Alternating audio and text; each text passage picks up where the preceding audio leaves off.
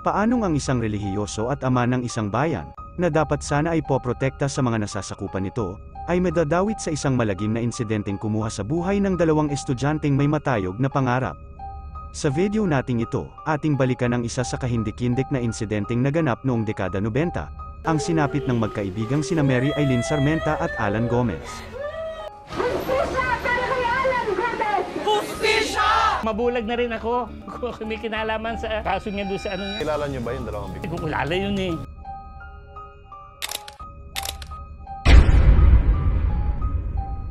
June 29, 1993, bandang alas 8 ng umaga, mabilis na kumalat ang balita sa pagkakadiskubre ng mga pulisya sa katawan ng wala ng buhay na dalaga sa sitio Paputok sa probinsya ng Laguna. Makikita sa natagpuang katawan ng babaeng ito, ang labis na hirap na dinanas nito dahil sa kalunos-lunos nitong kalagayan, kung saan ito ay halos hindi na makilala. Oras lamang ang naging pagitan ng muli ay isa na namang katawan ang nakita ng mga operatiba sa probinsya ng Laguna. Sa pagkakataong ito, sa Tambacan sa barangay Imok naman nakita ang isa pang katawan at ito ay napag-alamang isang lalaki. Katulad sa babaeng unang nakita ng umagang iyon, hindi na din halos maaninag pa ng maayos ang itsura ng lalaking natagpuan. Ngunit isa lang ang malinaw na mababakas dito, pinahirapan ito ng matindi ng hindi lamang iisang tao. Nang mga oras na iyon, ay walang naging pagkakakilanlan sa mga katawan na natagpuan. Hanggang sa isang estudyante ang tila nakakilala sa katawan ng babae bilang ang dorm mate nito na si Eileen Sarmenta, na ayon sa landlady ng mga ito ay katakataka umanong hindi umuwi ng gabing iyon sa kanilang inuupahang dormitoryo. Positibo nitong kinilala ang katawan bilang si Mary Eileen Sarmenta, 21 anyos, dahil sa suot umano nitong paboritong sapatos, at sa nakita nitong nunal sa pisngi ng nasabing katawan ng babaeng natagpuan. Upang makumpirma nga, ay dali-daling isinama ng estudyanteng ito ang kanyang landlady sa munisipyo ng Laguna dahil ng mga oras na iyon, ang dalawang katawan na nakita ay dinala na ng mga pulisya sa munisipyo ng Laguna. Mula dito ay kinumpirma din ng landlady na si Eileen nga ang babaeng natagpuang iyon, at kalaunan ay kinilala din ang lalaki bilang si Alan Gomez, na huling nakita rin na kasama ng dalaga, noong gabi ng June 28, 1993. Inilalarawan si Eileen Sarmenta ng kanyang pamilya, kaklase, at malalapit na kaibigan, bilang simple, mabait, tahimik, matalino, palakaibigan, at may taglay na natatanging angking kagandahan. Ipinanganak si Mary Eileen Sarmenta noong September 16, 1971, isang scholar at graduating student na noon si Eileen sa UP Los Baños, para sa kursong Bachelor of Science in Agriculture, habang si Alan Gomez naman ay ganoon din ang kursong kinukuha sa kapareho din na universidad. Mabilis na nabuo sa pangunguna ni Calauan PNP Deputy Chief George Medioldia, ang teoryang love triangle para sa insidenteng naganap kay Eileen at Alan Gomez, dahilan upang lumabas ang pangalan ng dating nobyo ni Eileen Sarmenta na si Kit Alcaiza. Sinasabing matinding selos umano ang naging dahilan ni Kit Alcaiza upang wakasan ang buhay nila Eileen at Alan, dahil umano sa pagkakaroon ng mga ito ng relasyon. Ngunit tila iba ang lumalabas na dahilan sa ginawang hiwalay na investigasyon ng NBI, at ng CIS, o ng Criminal Information Services, na ngayon ay ang CIDG, o Criminal Investigation and Detection Group.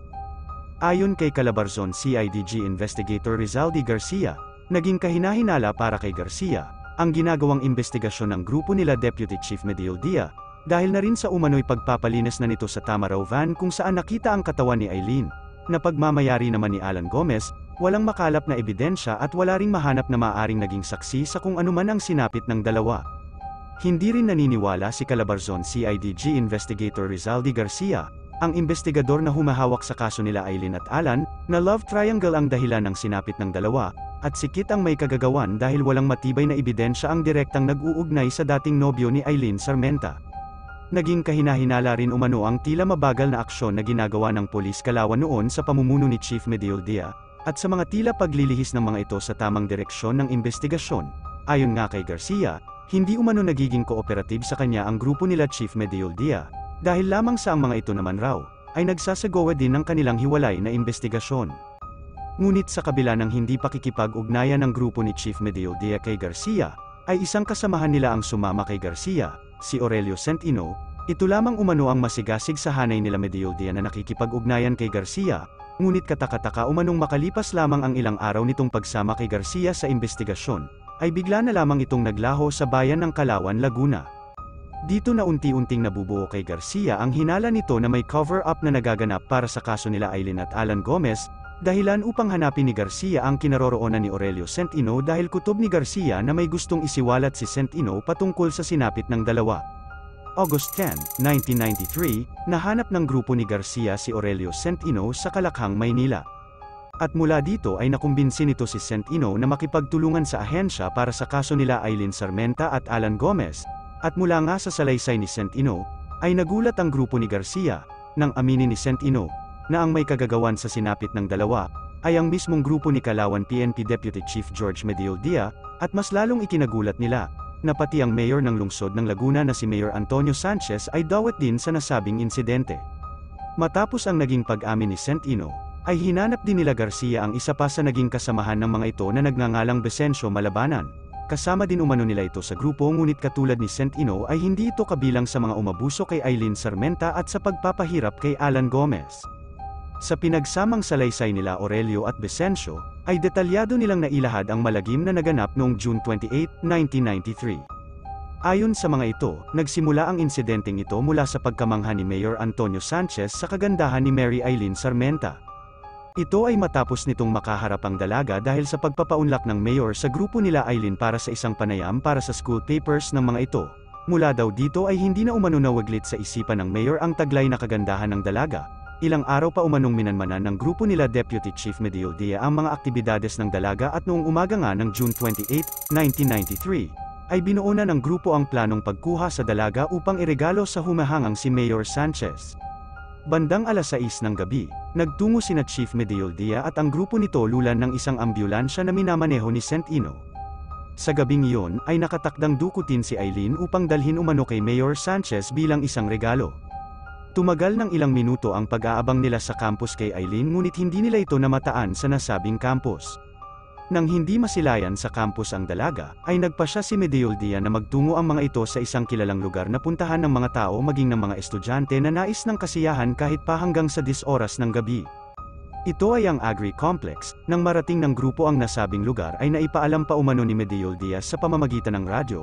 Sa tinawag nitong boss na sila nga ay nasa Agri Complex upang hanapin ang dalaga. Ang nasabing boss na kausap umano ni Medioldia ay walang iba kundi si Mayor Sanchez.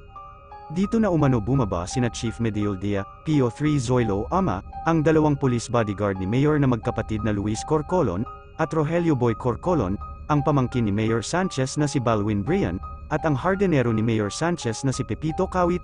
Lahat silang anim ay naglibot sa lugar upang hanapin ang dalagang si Aileen. Sa ilang minutong paglilibot ng grupo ay natagpuan ng mga ito si Aileen na nooy paalis na rin sana sa lugar sakay ng isang Toyota van, kasama ang kaibigan nitong si Alan Gomez. Dito na umano sinunggaban ng grupo ang dalawa at tinangay ang sasakyan ng mga ito. Nang matagumpay na makuha ang dalaga, ay agad nila umano itong dinala sa Erais Farm sa Barangay Curva, na pagmamay-ari ni Mayor Antonio Sanchez. Mula dito nga, ay hinarap sila ng alkalde at magiliw nilang nilahad si Aileen Sarmenta sa mayor. Nang mga oras umano na iyon ay tuwang-tuwa ang alkalde nang makita sa harapan nito si Aileen. Tinanong pa umano ni Mayor Sanchez kung ano ang ginagawa ng isang binata na kasama ng mga ito. Si Luis Corcolon ang sumagot umano sa mayor at sinabing tinangay na rin nila ito upang hindi na ito magdulot pa ng problema sa plano. Ilang sandali lang umano ang mga naging mixing usapan sa pagitan ng grupo nila Medioldia at si Mayor Sanchez, ay ipinasok na nila ang dalaga sa kwarto ni Mayor. At dito na umano isinagawa ng mayor kay Aileen ang ilang oras nitong paulit-ulit na pang-aabuso sa dalaga.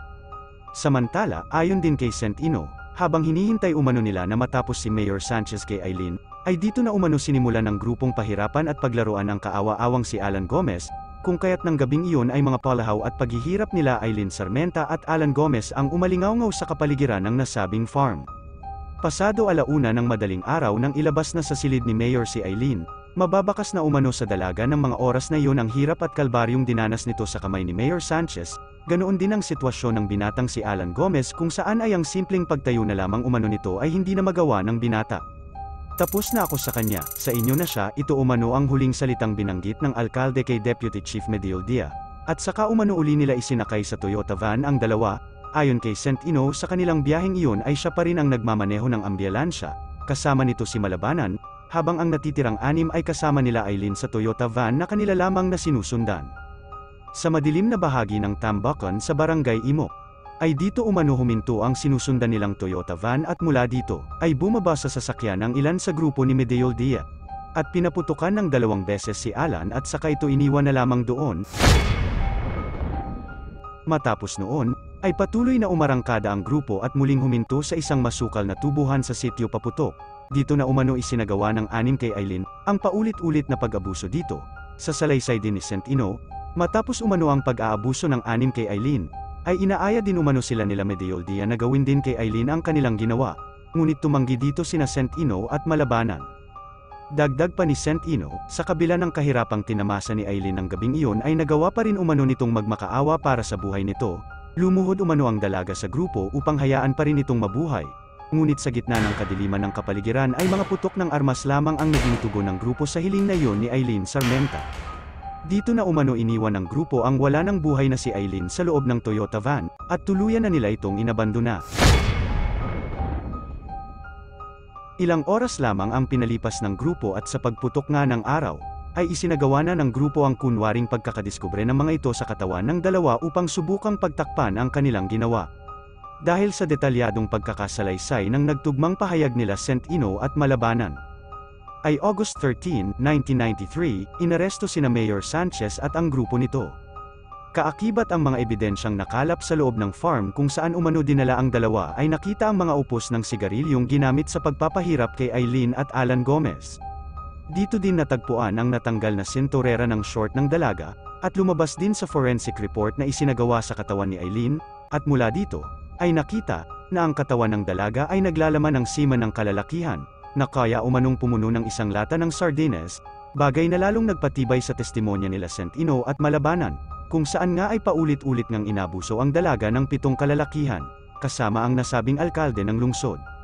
16 na buwan ang itinagal ng paglilitis para sa kaso nila Eileen Sarmenta at Alan Gomez, hanggang noong March 11, 1995, sa sala ni Judge Harriet Demetrio, ay nahatulan ang 7 akusado sa pangunguna ni Mayor Antonio Sanchez ng 7 reklusyon perpetwa sa bawat isa sa mga ito.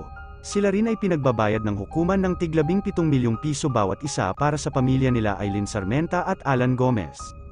Sa araw nga ng naging pagbasa para sa hatol sa kasong ito nila Eileen Sarmenta at Alan Gomez, ay tila nasaksihan ng publiko ang isang bahagi ng katauhan ni Mayor Sanchez. Matapos ang naging hatol na yun sa grupo, ay mariin pa ring itinatanggi ni Mayor Sanchez ang pagkakadawit niya at ng grupo nito sa kaso ni Eileen Sarmenta at Alan Gomez.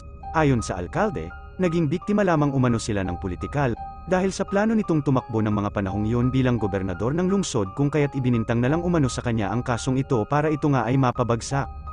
Makailang beses din sinubukang mag-apila ni Mayor Sanchez na muling buksan ang kaso upang makapagpresenta ito ng mga bagong ebidensya, na magpapatotoo umano sa pagiging inosente nito at ng kanyang grupo, ngunit kinatigan na ng Supreme Court noong January 25, 1999, ang naunang desisyon ng hukuman. Taong 2019, ay muntik nang makalaya si Mayor Antonio Sanchez dahil sa Republic Act 10592, o ang Good Conduct Time Allowance Bill, kung saan ay maaaring mabawasan ang panahon ng sentensya ng isang akusado dahil sa magandang asal na ipinapakita ng isang bilanggo sa loob ng piitan.